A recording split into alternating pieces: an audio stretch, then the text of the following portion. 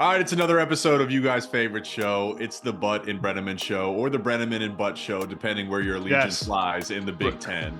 We're open for everything. I don't have too big of an ego where I need Butt to be first. Okay, Breneman, you might I have think it. I think Breneman first sounds better. Breneman Butt Breneman. No, I think You don't Butt think so? first. You need one syllable. It's a Yeah. warm-up syllable Rolls into off the the tongue.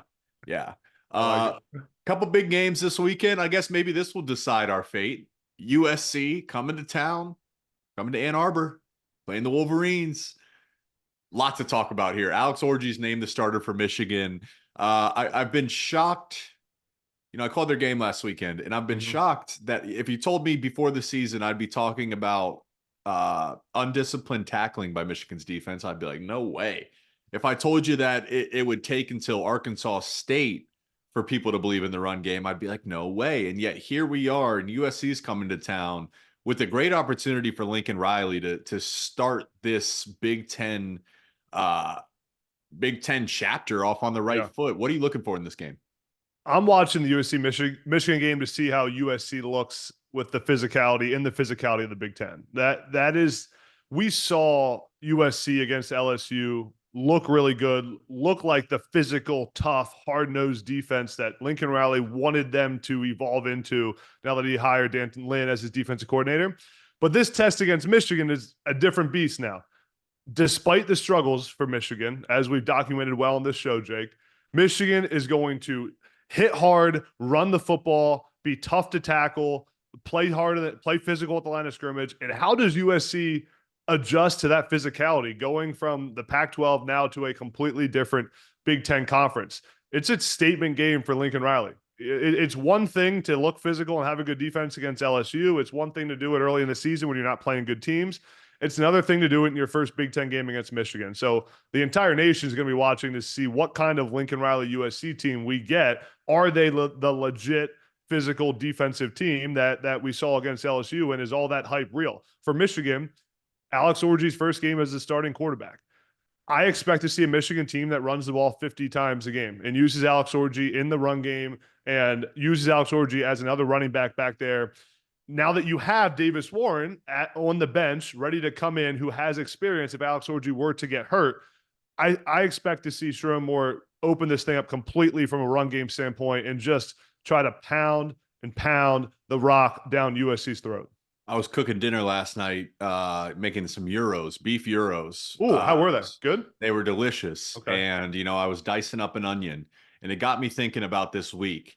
Each week early in the season, you're peeling back a layer on the onion, right? Mm-hmm. That you get the outer skin, and then you have that thicker, kind of phlegmy layer of skin. And like this is a week where you're peeling back the layer. We think we know a few things. You mentioned LSU's defense.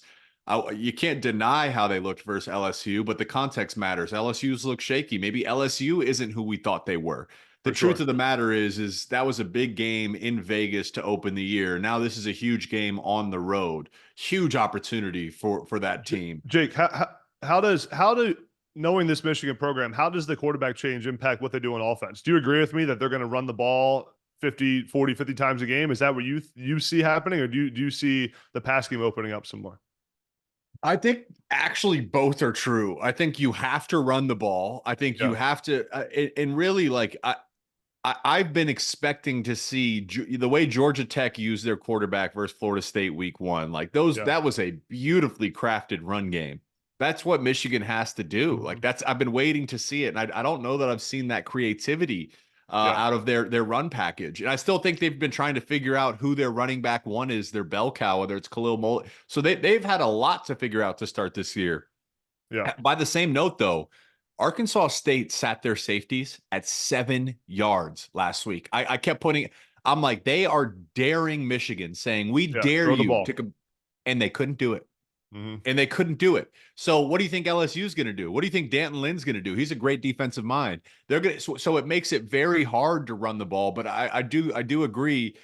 Hey, it's hard to run the ball, but Michigan, you've run the ball into loaded boxes for 4 or 5 years now. You have to find a way to do it. And I think for them, they got to get to 3rd and 4 to 6, because in that zone, or avoid third down altogether. But 3rd and 4 to 6 in that zone, all of a sudden the entire playbook's open. You give a lot for the defense to think about. You can throw it, you can run a screen, you can run a base run, you could do a designed quarterback run, or of course Alex Orji could tuck it and run. So that's kind of one of the biggest things. And then I think third down for Michigan's defense, USC's offense is going to decide this game. You know, Sark had a great game plan, a great package to take advantage of Michigan's third down packages. Wink is blitzing a lot more than what Minter and McDonald would do. I expect Lincoln Riley, a great offensive mind, to have a good scheme for Michigan third down. If they can get off the field, you know, it's going to be a long day. The other key to me is going to be those third downs for Michigan's offense. When USC brings those safeties at 7 yards, like you mentioned, someone has to make a play, and it's got to be Colston Loveland. He has to be able to get open one-on-one against those safeties, against a nickel outside linebacker. Loveland has to have a day and play like the best tight end in the country. Yeah, he got a little beat up last week, so I don't know if we know for sure how, you know, where he's at health-wise this weekend. So it's something to watch. But regardless, obviously tight ends are a big piece of that game plan.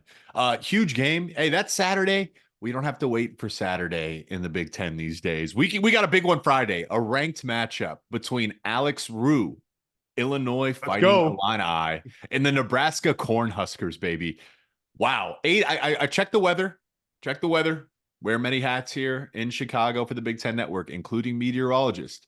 High chance of heavy rain Friday night. So I just want to throw that in there before I asked you what you're looking for in that matchup.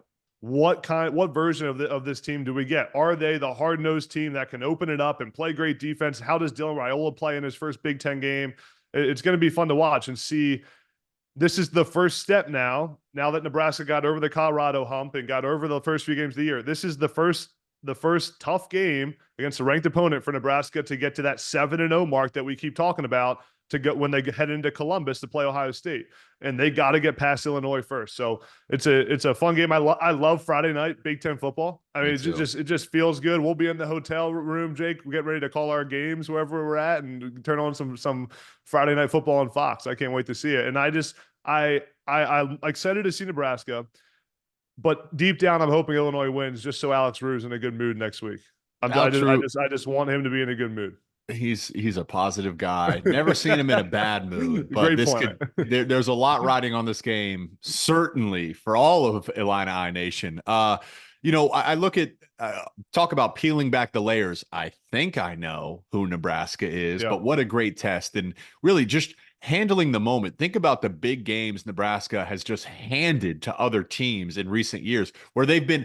Tony White's going to keep them in every game. He has kept them in every game. The defense is going to be phenomenal. But in the big moments, what's defined their season is they folded and given the ball away and beat themselves. I'm really interested for Illinois. Luke Altmaier's looked great, maybe the most underrated quarterback next to Curtis Rourke from Indiana in the conference. But they need more balance, because this Nebraska defensive line is humming, baby. They are humming. They're getting pressure without having to blitz. That's a dangerous recipe. Can Illinois find balance offensively? I think they can even emphasize the run more than they have been. And then so far for Nebraska, I've been really impressed with their offensive line, a very veteran group up front.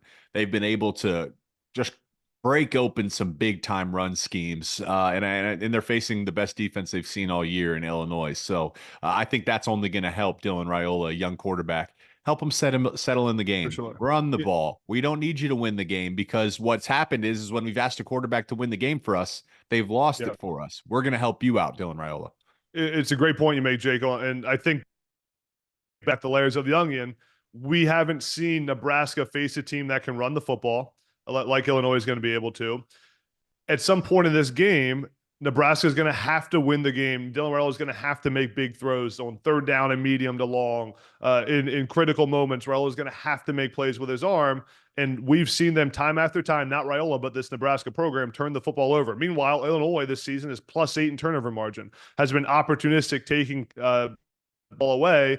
And Nebraska hasn't turned it over this season, but they haven't had to be in those situations where turnovers are most likely on third down and long, and when you're playing from behind, and when you're in 2-minute drives. So they haven't been in those situations, which means they haven't turned the football over. I have a feeling, Jake, they're going to be in those situations against Illinois, and how does Dylan Raiola respond, and can Illinois be from Nebraska at a big moment in the game? I want to ask you about your former coach, one of your good friends, Billy O'Brien, head coach of Boston College. They're humming, baby. It's the red bandana game versus Michigan State, an awesome tradition honoring the man with the red bandana, a hero from September 11th, saved a ton of lives, will not soon be forgotten, will never be forgotten, a great hero. Give our Michigan State fans and maybe Big Ten fans in general, what should they expect out of Billy O'Brien's Boston College team? Bill O'Brien's always great at developing a young quarterback into playing better than he probably should. And that's Tommy Castellanos, the Boston College quarterback right now, is playing good football. Had a turnover against Missouri that ultimately lost in the game, but man, he is talented, an NFL type quarterback. And I've seen Bill O'Brien do it with Christian Hackenberg when I played for him. I've seen him do it in the NFL. He's done it everywhere he's been. He did it, coached Tom Brady with the Patriots. So Bill O'Brien knows how to develop quarterbacks. We will see good quarterback play from this Boston College team and a sound offense. That's what makes Boston College hard to beat. Bill O'Brien's great at getting players to believe in his system, executing the plan, and playing and getting his players to play above their weight class. Right? They're more talent. They're playing like as if they're more talented than they really are. I remember I interviewed Jeff Hafley, who was the Boston College head coach before Bill O'Brien came in this offseason. He said, "Adam, our NIL budget this past year was $700,000. I mean, that's minimal compared to most of these programs in 10 million. They're spending plus, 700 on their best, exactly. Their top 5 players each make 700 each. For sure. 700 is like minimum salary for most of the starters at Big Ten SEC schools. So that's what we're going to see out of Bill O'Brien. And they played Missouri, the number 7 team in the country, pretty tight. Looked like Boston College was going to win that game. For Michigan State, I'm excited to see what this Michigan State team's really made of. Like they're 3-0 and have some good wins, but beat Maryland 27-24, who's a good team. And I like what Mike Loxley's doing, but we still don't really know what version of Michigan State we're going to get. Other than the Maryland game, we haven't seen a real tough opponent. So it's going to be a fun one to give us a understanding of where Michigan State really falls in the threshold of the Big Ten. Yeah, I'm just not too worried about Michigan State. I know it's going to take time. I know, and I believe in Coach Smith, and for them, I just want to see a team that continues to, find out who they want to be and what kind of brand of football they want to play. I expect them to get better every single week and get better every single year, and a great benchmark test. We love group chats here. We are in a group chat. I will say, Alex Rue, only one without an iPhone, so we got the green dots in the group chat, but I'd imagine across the Big Ten, there's some coaches with iPhones, some with Androids, whatever. So that's got to be a fun one. But Nebraska coach Matt Rule said today that Big Ten football coaches have a group chat directed in a lot of ways by Brett Bielema, Illinois' head coach, because of his ties to the AFCA and other entities important to college football. What do you think goes on in that group chat there, Adam? I would do a lot of things to read the text in that group chat. Me too. Who's most active, do you think? I was going to say there's always the guy who responds to every text in the group chat. And then there's the guy who you don't hear from at all. I would say you never hear from Signetti. Signetti doesn't have time for that. Signetti, I don't think Ryan Day responds very much in that group chat. I don't see Sherrone Moore being super active in the group chat. I would imagine that the top teams in the Big Ten, those coaches aren't really engaging with each other. There's no chance that James Franklin and Ryan Day are out there exchanging pleasantries over text. But then you probably got the middle of the tier coaches that are trying to build their programs that probably are chiming in back and forth day to day. I see Jed Fish as a big thumbs up guy. He doesn't respond, but he'll give you the thumbs up, which you're like, is that sassy or are you just being cool? I don't know, but that's what I see Jed Fish as. So boy, would I love to see it. Maybe Dan Lanning, inspirational guy in the group chat. Maybe he's Dan Lanning sending the morning motivational quote. PJ Flex definitely got some commentary in the chat. Oh yeah. Too. He's probably sending like PJ Flex sending a selfie video of the motivational speech to the coaches. So like win the day, row the boat type stuff. PJ saying, guys, hey, what are we wearing this weekend, guys? When they get together, yeah, like, what color suit? What color suit? You think Kirk Ferentz responds to anything in there? Does he have an iPhone? No, I don't think Kirk has an iPhone. Someone like faxes, someone runs his iPhone and faxes it to him in his office. I think that's the way it goes. So either way, what a wide range. You're right. I'd love to get some intel on that group chat, but that's why we're media pundits. We're not head Yeah. coaches. So that's off. That's out of bounds for us. So fun ones this weekend, man. I'm at your alma mater, Penn State, Kent State. Kent State, not exactly rolling right now. Tennessee smoked them. What can you tell me about that matchup? I want it on record. What should I look out for? It's going to be exciting to see how Penn State responds after their struggles against Bowling Green. Now that they had a bye Bowling week. Green might be. They got that Harold Fannin, that tight end. I was going to say, wow. How is Harold Fannin not playing for a Big Ten team? I mean, they told us last year. I called Bowling Green, Michigan. They're like, yeah, we think, don't say this because we don't want him poached, but we think Harold Fannin's going to play 10 years in the NFL. And I was like, all right. And then he just keeps getting better and better. So they were right. I want to see Penn State come out and dominate this game. Based on what we've seen from Penn State this season, Penn State should. And now that they had their game against Bowling Green to not play well and start slow, they've now had the bye week, found a way to get a win in that game, in the Bowling Green game. It's time to come out and for Drew Aller to rip it from the start, dominate in the run game, own time of possession, don't commit any penalties, and have 0 turnovers at the end of the game. That is, get your twos in halfway through the third quarter. That's what the kind of game this should be for Penn State, for me to feel confident about them going into Big Ten play. Tell me if you agree with me on this one, because I think you can win whatever way in this game, most likely for Penn State. I mean, you got to handle business. It's football. Anything can happen. But Liam Clifford and Julian Fleming have a combined 124 snaps on the season, 1 combined catch. They got to get those guys involved, man. Like it's great to see Trey Wallace balling. It's good. I mean, hey, Tyler Warren, I know we talk about Colson Loveland, but Tyler Warren is a freight train with the ball in his hands. He's special. But they need a third guy. They need the trifecta out there. So like Allen Robinson and Adam Breneman, and you go down the list there. I have a feeling that Julian Fleming is going to make big plays this season for Penn State. He's not the number 1 receiver. He just doesn't have that skill set, quite frankly, as to be a true number 1 threat at wide receiver. And James Franklin has said that publicly.